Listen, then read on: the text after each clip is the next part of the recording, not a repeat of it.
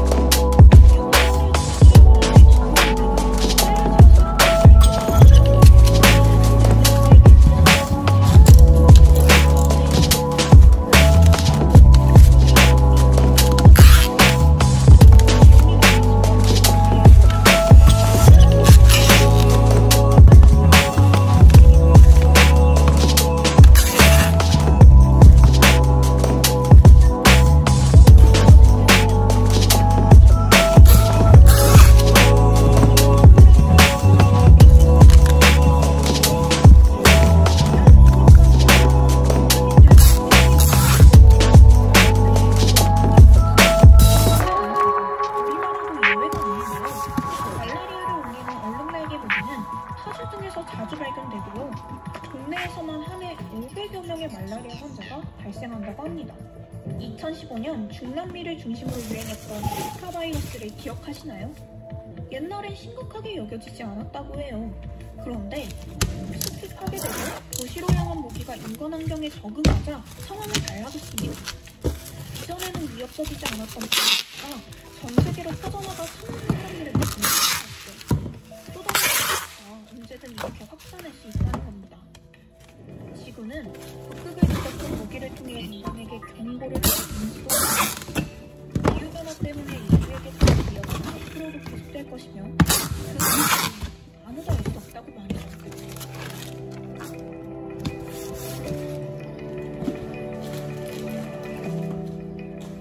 술록에 달려드는 모기떼 영상은 저도 봤습니다. 충격적이더군요. 다행히 올해 우리나라 모기 피해는 좀 적지 않았나요? 저는 좀 덜 물린 것 같습니다. 아마 젊은 분들이라 이 기후변화에 대한 걱정이 많은가 봅니다. 이와 관련한 크랩의 콘텐츠가 늘고 있는데 저희 KBS 보도본은 디지털 콘텐츠 채널은 크랩의 한 콘텐츠였습니다.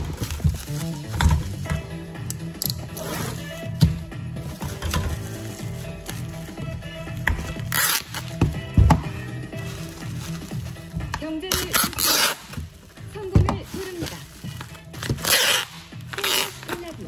성공예감 김강희입니다.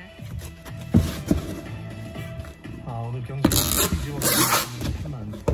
372번님, 저도 가입여부를 고심 중인데 해외 ETF는 양도소득세 면제가 안 된다고 합니다. 국내만 된다고요? 해외의 경우에는 해외에서 이 캐피털 게인 양도소득세에 대해서 부과하기 때문에요. 해당이 안 됩니다. K7373번님은 저도 얼마 전에 가입했는데 은행에서 가입했는데 이거 증권사에서 가입하는 게 유리한 건가요? 해주셨는데 이건 주로 어떤 금융상품을 운영할 것인가에 달려 있습니다. 혹은 내가 안 하고 일임할 것인가 이런 등등에 달려 있는데요. 일장일단이 있습니다. 만약 본인이 주식을 부지런히 하겠다는 경우에는 그럴 수 있기 때문에 잠시 후에 성공예감 월요일 투자 가이드 시간에 이 상품에 대해서 장단점 비교 그리고 가입 여부에 대한 결론도 내려드리겠습니다. 지난달 경기도 분당 김밥 전문점 두 지점에서 집단 식중독 사고가 있었습니다. 분당에 이어서 파주 고양 지역에서도 식중독 사태가 이어졌고 심지어 사망자까지 났습니다. 보건당국이 역학 조사에 나섰고요. 시민들 입장에서는 김밥마다 안심하고 먹을 수 있다고 풍풍을 터뜨리고 있는데 문제는 누구라도 이런 위험에 놓일 수 있다. 만약 이런 상황에 처해진다면 소비자는 없기 때문에 보상은 받을 수 있을까요? 식품연구소 대표인 김태민 변호사 연결해 살아보겠습니다. 김 변호사님 안녕하세요. 네, 안녕하십니까. 네, 지금 이제 언론에도 많이 보도됐던 이 김밥 식중독 사고의 경우에는 아직 분명하게 원인이 규명된 건 아니죠? 예, 맞습니다. 아직 조사 중으로 알고 있고요. 예. 일단 환자들의 가거물이나 또 조리 정보 우리가 이제 검사를 해서 그 검사 과정에서 살모넬라균 또는 사실은 뭐 장병원성 대장균이나 이런 그 식중독의 원인이 될 수 있는 균이 있는지를 지금 조사를 하면 이제 나올 것으로 예상됩니다. 계란 얘기를 달걀이 원인일 거라는 사람들은 얘기하는데 그건 왜 그렇습니까? 일단 우리나라에서 식중독 원인 1위가 바로 이 살모넬라균인데요. 살모넬라균이 가장 많이 검출되는 것이 닭이나 오리 이런 가금류의 편.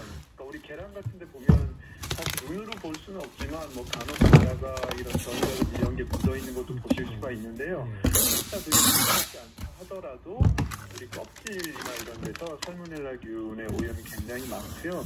대다수의 식중독 사건이 사실은 계란을 워낙 많이 사용하기 때문에 조리에 다른 식재료보다도 계란에서 많이 발생하고 있습니다. 사실 김밥은 서민들이 가장 쉽게 할 수 있는 한 끼 식사이기도 하고 비교적 조리된 제품들을 넣기 때문에 안전하다고 믿었는데 지금 보면 뭐 성남에서 270명, 파주에서 50여 명, 고양시에서 100여 명이 환자가 등장했기 때문에 깜짝 놀랐는데 그 일종의 그 김밥집, 그 분식집 구조의 문제도 있는 건가요? 뭐 제가 정확하게는 알 수 없지만 일단 대다수의 우리 그 일반 음식점에서 김밥을 조리하는 과정을 보면 뭐 말씀하신 대로 조리된 또는 뭐 가열된 원료를 사용하는 것도 있지만 이제 그 원료를 보관하는 데 있어서 과연 온도 관리가 되고 있는지가 좀 문제가 될 수 있습니다. 대부분이 그냥 상온, 실온에 이렇게 노출된 상태에서 보관하다가 그걸 이제 주문을 받으면 거기서 직접 조리를 하시죠. 그런데 이제 조리를 하다가 또 결제를 하시려고 이렇게 또 여러 가지 이 장갑도 벗고 또 다른 오염된 물질을 접촉할 수도 있기 때문에 오염이 생길 가능성이 굉장히 크고요. 그리고 사용되는 조리 기구들을 수시로 살균하거나 이렇게 세척해서 사용을 해야 되는데 이게 제대로 되는지, 예를 들어서 우리 단체식 같은 경우에는 또 일정 시간 이내에 모든 조리 과정을 끝내고 바로 배식을 하게 되는데요. 일반 음식점의 경우에는 사실 아침부터 영업이 끝나는 시간까지 물론 식재료가 다 빨리빨리 소진이 되면 다행이지만 그렇지 않을 경우에는 오랜 기간 온도가 높은 상온에 노출될 수가 있어서 조금 그런 부분에서 교차 오염과 함께 위험성이 좀 상존해 있는 것 같습니다. 일단 그 분당 지역 피해자 130여 명이 해당 김밥 전문점 상대로 손해배상 소송 이런 경험이 많으실 테니까 이런 경우에 이 길을 쓰기랄까요? 뭐 써도 되는지 모르겠습니다만 피해자가 어느 정도 보상을 받을 가능성은 어떻게 됩니까? 일단 본인이 그 해당 김밥 전문점에서 김밥을 구매한 것을 입증할 수 있고 그리고 구매해서 본인이 그 식중독으로 인해서 병원에서 치료받은 영수증이나 이런 게 있으시다면 100% 이길 수 있습니다. 이길 수 있고요. 다만 이제 보상 범위가 우리가 생각하는 것만큼은 그렇게 많지 않을 가능성이 있는 게 일단 뭐 병원비라든지 또 그 병원에 입원하거나 치료하는 도중에 본인이 일을 하지 못한 손해 이런 것까지는 당연히 인정을 받을 수 있는데요. 우리가 이제 흔히 말하는 위자료, 정신적 피해 배상 이런 것들에 대해서는 우리나라 법원이 굉장히 엄격하게 기준을 정하고 있기 때문에 그렇게 뭐 이렇게 몇백만 원까지 받을 수 있는지는 조금 두고 봐야 될 것 같습니다. 1인당 300만 원씩 총 4건의 집단 소송을 했는데 공동소송이죠, 일종의.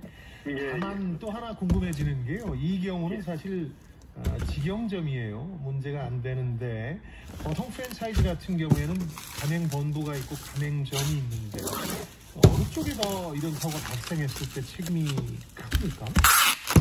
만약에 이제 프랜차이즈 우리 가맹본부와 가맹점 관계라면요.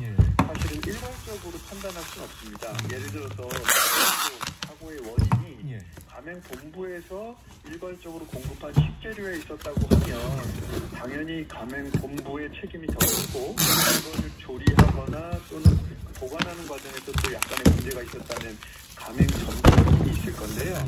그게 아니라 공급한 식재료에 문제는 없었는데 가맹점에서 보관이나 조리 중에서 교차 오염을 통해서 문제가 됐다면 사실은 가맹본부에게 책임을 묻기는 어려울 수도 있거든요. 그래서 단순히 가맹본부가 책임이 크냐 가맹점이 책임이 크냐 이렇게 나눌 수는 없고요. 사건의 어떤 종류나 원인에 따라서 좀 달라질 수는 있는데 기본적으로 우리 프랜차이즈 가맹본부와 함께 이렇게 운영이 되면 아무래도 본사에서 위생관리나 뭐 교육, 식재료 공급 등 여러 가지를 총괄하고 있기 때문에 가맹점 본부가 책임에서 면제되기는 좀 힘들 것으로 보입니다. 그렇겠죠. 왜 이런 질문 드리는 거 하니 이제 오해 없으셨으면 하는 게 우리나라는 자동차 업체도 무슨 사고 나면 운전자 잘못이라고 얘기하는 문화가 있어서 가맹본부가 이 가맹점 문제다 하고 때문에 가능성이 있지 않을까 하는 걱정 때문에 그런 건데 기본적으로 책임을 가맹본부가 명하기는 어려울 것이라는 말씀이시죠? 예, 맞습니다. 어쨌든 대다수의 프랜차이즈들은 가맹본부부터 식재료 공급부터 해서 조리기구, 어떤 위생관리 등을 전부 다 일괄적으로 받고 있기 때문에 가맹본부의 책임을 면제하기는 어렵고요. 사실은 이런 책임을 좀 더 강화하기 위해서는 우리 식품위생법에 가맹점 본부를 명확히 들여오거나 요새는 또 그 식당도 대형화되고 있는 거기 때문에 일정 매출 또는 뭐 일정 점포 이상을 가지고 있는 회사는 단순히 일반 음식점과 동일하게 취급할 것이 아니라 제조가공업처럼 좀 더 시설 설비를 강화해야 하고 또 처벌 규정도 좀 강화할 필요는 있는 것 같습니다. 소비자 입장은 이제 다시 돌아와서 내가 어디서 뭘 먹었는데 식중독에 걸린 것 같다. 피해 보상을 받아야 되겠다 싶을 때 해야 될 가장 현명한 대처는 어떤 겁니까? 사실 지금 우리나라 현 상황에서 소비자가 개별 소비자가 어떤 피해 배상을 받기 위해서 소송을 진행하거나 변호사를 선임하거나 하기는 좀 힘들 수 있거든요. 아까 말씀하신 것처럼 별로 보상도 못 받는데 법률 비용이 더 들 수 있으니까. 맞습니다. 예, 그래서 뭐 한국 소비자라든지 아니면 뭐 관련된 그 소비자 단체를 통해서 좀 더 이렇게 권고를 하거나 아니면 지방자치단체에 신고를 해서 실제로 행정 그 조사를 통해서 원인을 발견한 후 그 영업자가 행정 처분을 받거나 고발 조치를 당했을 때 우리가 좀 더 보상을 받기가 좀 쉬울 수 있을 것 같습니다. 네. 예. 어제 세계일보 단독 보도를 보니까 이 김밥집 본사가 사고가 일어난 지 한 달도 안 돼서 상호와 대표이사를 바꿨다. 뭐 이런 얘기가 있던데 그러면 이게 뭐 소비자 입장에서는 보상받거나 그런데 조금 불리해지는 건가요? 이게 왜 그랬나? 그거는 전혀 상관이 없습니다. 어차피 우리가 뭐 개인이 개명을 하거나 회사 이름을 바꿔도 뭐 주민번호나 법인번호는 그대로 유지되기 때문에 단순히 뭐 본인들이 이미지 세탁을 하거나 아니면 뭐 대표이사는 뭐 책임을 물어서 결정하거나 하더라도 지금 진행되는 소송이나 또는 소비자 피해에 대한 배상이 전혀 영향을 받지는 않습니다. 이번 경우는 사실 워낙 그 피해자 수가 많았기 때문에 다 함께 목소리를 내서 대응할 수도 있었는데 상호분이 같이 가셨다가 피해를 입는 경우는 그냥 안 가고 말지 하고 억울해하거든요. 이런 경우에도 대응할 방법이 있을까요?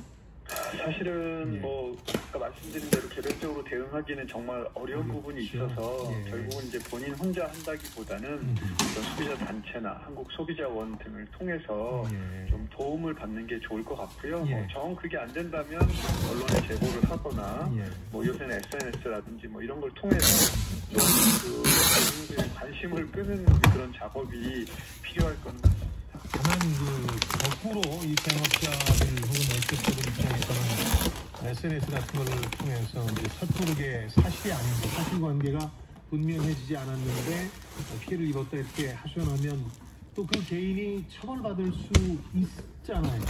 그럼요. 만약에 사실과 다른 것들을 이런 공개적으로 SNS에 올리거나 또는 뭐 언론사에 제보를 하면은 당연히 그 처벌을 받을 수가 있고요.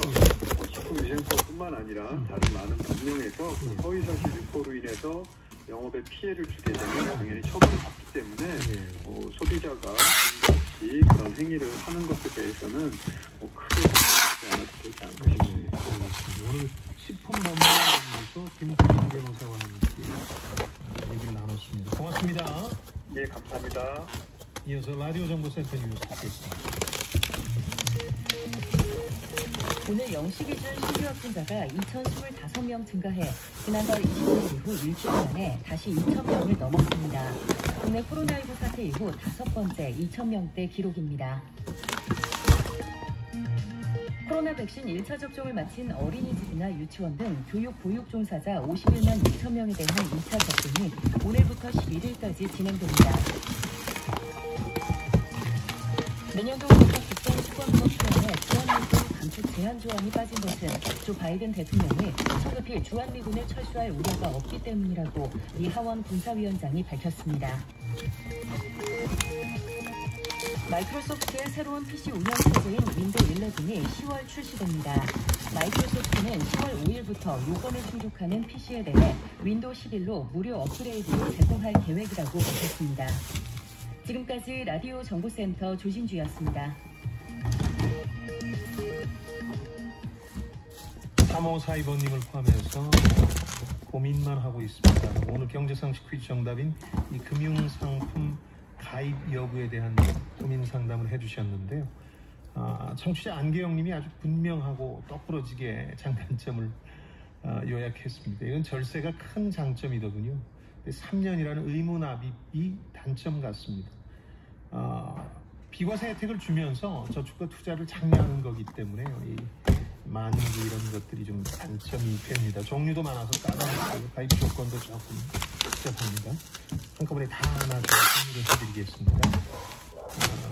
백성현님은 식중독 예방을 위해서 돈 만진 손으로 김밥 만지는 비위생적인 행동을 하지 말아야 됩니다. 이건 아까 얘기 많이 했는데 교차 오염 우려 얘기가 나왔는데 계산할 때 이게 좀 같긴 하고 요즘은 알아야 할 것도 많고 배워야 할 것도 많습니다. BNPL이라고 들어보셨습니까? 저도 익숙치는 않습니다. 왜 예전에 외상이라는 거 있었잖아요. 먼저 사거나 먹고 나중에 돈 내는 건데 글로벌 핀테크 업계에서 요즘 이런 결제 방식을 쓰고 있습니다. 외상이 아니라 이걸 BNPL이라고 하거든요. 오늘 미래생활사전 슈미트의 조가연 수석팀장 전화로 연결해서 이게 어떤 결제 방식인지 앞으로 어떻게 전개될지 알아보겠습니다. 조가연 팀장 안녕하세요. 네, 안녕하세요. 네, 그러니까 BNPL이라는 게 Buy Now, Pay Later. 그러니까 우리말로 치면 외상제로 어떤 결제 방식입니까? 말 그대로 먼저 사고 나중에 지불하는 결제 방식이고요. 예. 그러니까 소비자가 제품을 구매할 때 소비자 대신 이 BNPL 회사나 연계된 금융사가 구매 비용을 대신 지급해 줍니다. 네. 이후에 소비자는 해당 회사나 금융사와 약속한 기간 동안 몇 번에 걸쳐서 비용을 갚는 방식이고요. 이게 글로벌 핀테크 업계에서는 새로운 대형 트렌드로 성장할 것이라는 전망이 나오면서 결제 서비스들이 굉장히 많이 등장하고 있습니다. 근데 얘기를 들어보니까 또 제가 읽어보니까 이거 저 신용카드 무이자 할부랑 비슷한 거 아닌가요? 거의 유사합니다. 예. 다만 신용카드는 일단 카드를 발급받아야 되고요. 발급받을 때 신용등급이나 정보를 확인하잖아요. 예. 또 이후에 카드 만기까지 이걸 유지하면서 무이자가 가능한 사용처에서만 결제할 수 있고 연체할 경우에 그 연체 수수료가 좀 높은 편입니다. 그렇죠. 다만 손금을 소개하려고 보는 이 BNPL 같은 경우는 일단 카드 발급이 필요 없고 신용 정보 확인이 없고 이 회사의 어플만 다운하면 사용할 수 있고요. 특히 이제 원하는 제품을 골라서 희망할 때 서비스를 이용할 수 있기 때문에 정리하면 신용카드보다 좀 쉽고 간편하고 돈 없을 때 한 번만 쓸 수 있고 그리고 비교적 낮은 연체료가 장점입니다. 신용도를 보지 않는다 그러면 역시 그 30대 MG 세대한테 인기가 많겠군요. 네, 실제로 미국이 한 조사를 보니까 그 MZ 세대 20% 정도가 온라인으로 쇼핑할 때는 BNPL 이야기하고 있고요.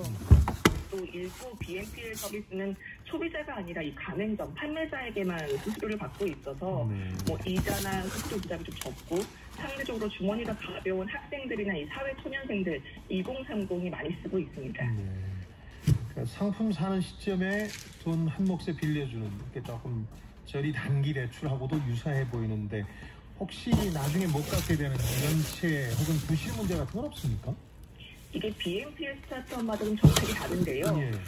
소액 같은 경우는 연체 이자가 있고요. 또 사용하는 다 할 때까지 우리 서비스를 사용하지 못하도록 접속이나 사용을 막아두고 있습니다. 또 좀 금액이 큰 고액 같은 경우는 그 개인 신용 조회 회사에 별도로 보고를 하고 있고요. 예, 물론 신용 평가가 없이 일단 소비자에게 약간 대출을 해주는 구조다 보니까 당연히 각 회사마다 손실 관리를 최우선으로 보고 있는 것 같습니다. 이 BNPL 결제 방식 워낙 최근에 아까 말씀해 주신 것처럼 트렌드가 되다 보니까 인수합병 같은 것들도 좀 많이 이루어진다니까요. 네, 딱 한 달 전인데요. 그 미국의 온라인 결제 서비스인 스퀘어라고 하는 회사가 현재 가장 큰 BNPL 기업인 호주의 엑스페이를 우리 돈으로 3,300억 원의 인수를 발표했습니다. 이게 금액 자체로도 호주 회사로는 역대 가장 큰 인수합병 건이고요. 같은 경우는 신용카드 발급이나 할부 결제가 좀 보편화되어 있지 않은 것으로 알려져 있고 이거 같은 경우는 한 달이 아니라 2주 단위로 주는 게 일반적이라고 하더라고요. 네, 여기에 아이디어를 얻어서 좀 격주의 결제가 가능하고 소액 같은 경우는 무이자 대출을 할 수 있는 엑스페이가 2014년도에 만들어졌습니다. 현재 지표